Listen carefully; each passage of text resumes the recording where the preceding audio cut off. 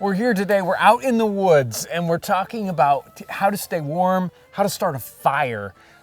Nicholas Cresswell and so many of these other guys that are in the wilderness, they have to stay warm, they have to build a fire. I've got Dan Wowak with me today. He does wilderness skills instruction, and we're gonna be talking about fire. So tell me about fire, how to make it, what they would have had. Well, their preferred method of starting fire would have been flint and steel. That's the technology they would have used. But before you even get to that, it's very important that you know the triangle of fire. So the triangle of fire is heat, oxygen, and fuel. If you have all three elements, you'll have fire.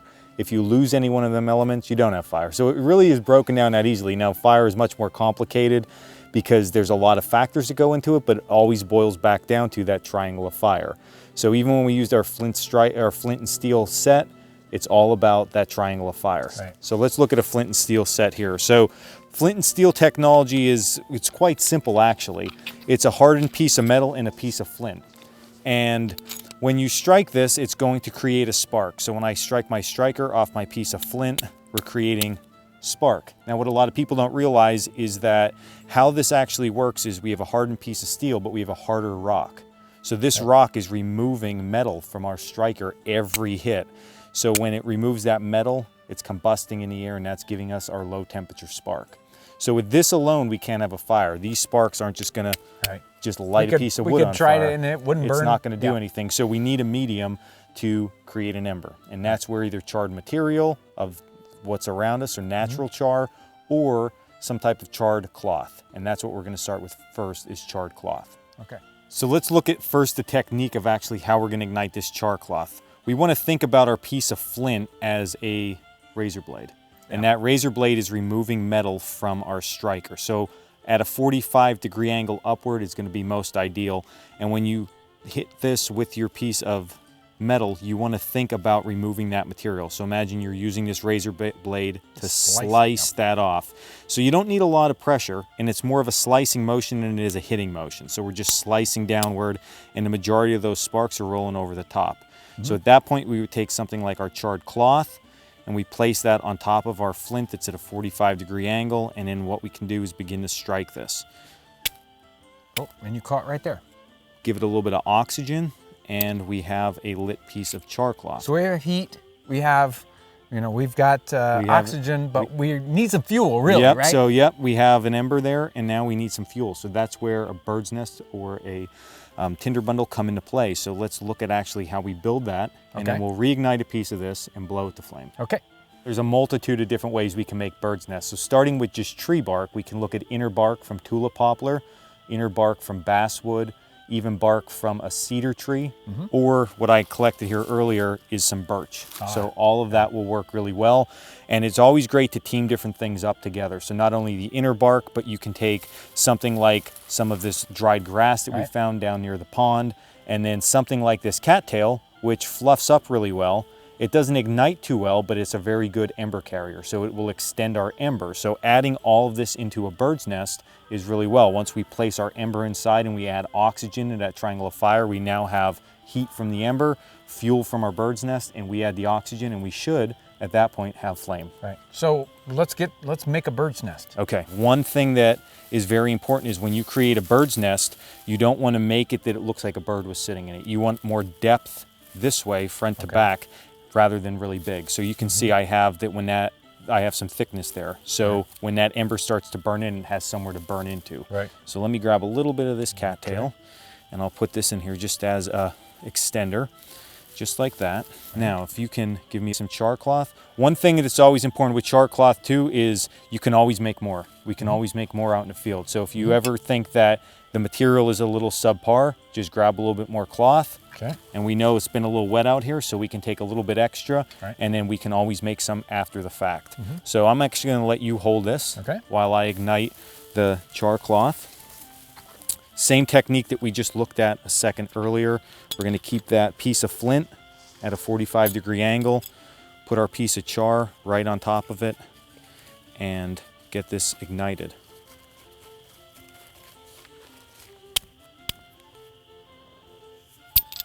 Always put your fire-making device away. There you go. And now I'm going to place that right in the middle of that bird's nest, and I'm going to begin to give it some oxygen. Now as that burns and grows larger, I can start to close that in because we want to trap that heat in more and give it more fuel around itself.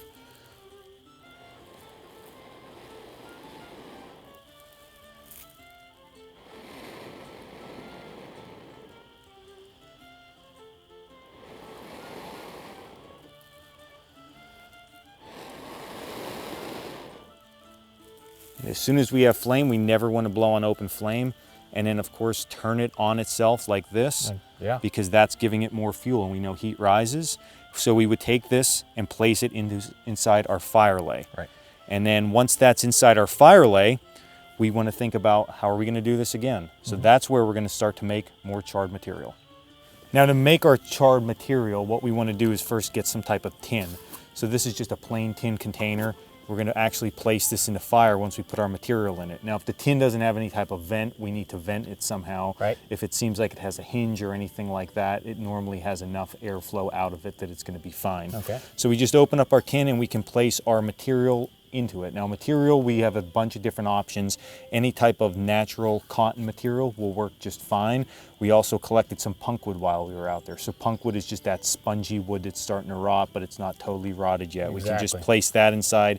Cattail works fine. Also any kind of pithy plant material that's dry will work good. We're going to place this in the fire and allow it to start to cook. You might see some flame and some smoke coming out of there. That is just the material we place inside becoming carbon at that point. So it's really important we just keep it in there long enough. You can't overcook char, but you can undercook it. 10 minutes will probably be enough for what we have here, and then we'll test it out.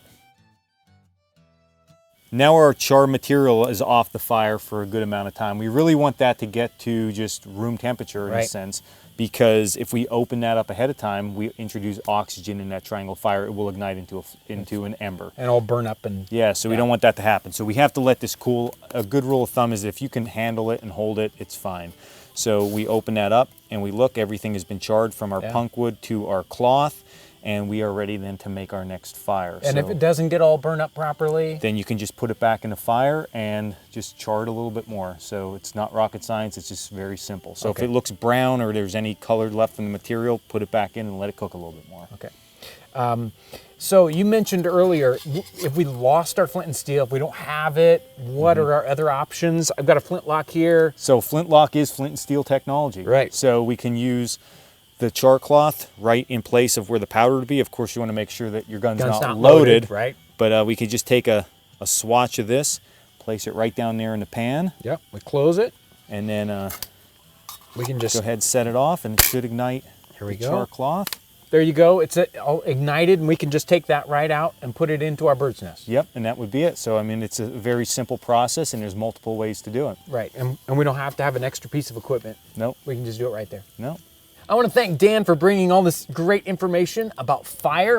It's one of the most important parts about surviving in the woods, in these outdoor environments. We have to stay warm, we have to cook. So this is really the important stuff. We got to know how to do this. Thank you, Dan, for bringing all this great information. If you're interested in learning more about surviving in the woods, in the wilderness, and all those kinds of things, you'll definitely want to check out Dan's YouTube channel and his wilderness school. Tell us just a few seconds about that. The Appalachian Bushman School. We're located in the Appalachian Mountains of eastern Pennsylvania. You can check us out at coldcrackerbushcraft.com for all our classes and everything in between. We'll make sure to put a link down in the description section. And if you're looking for fire starting materials, you need a flint and steel, because you do, make sure to check out the link we'll have to our website with all sorts of fire starting equipment. Thanks for joining us today.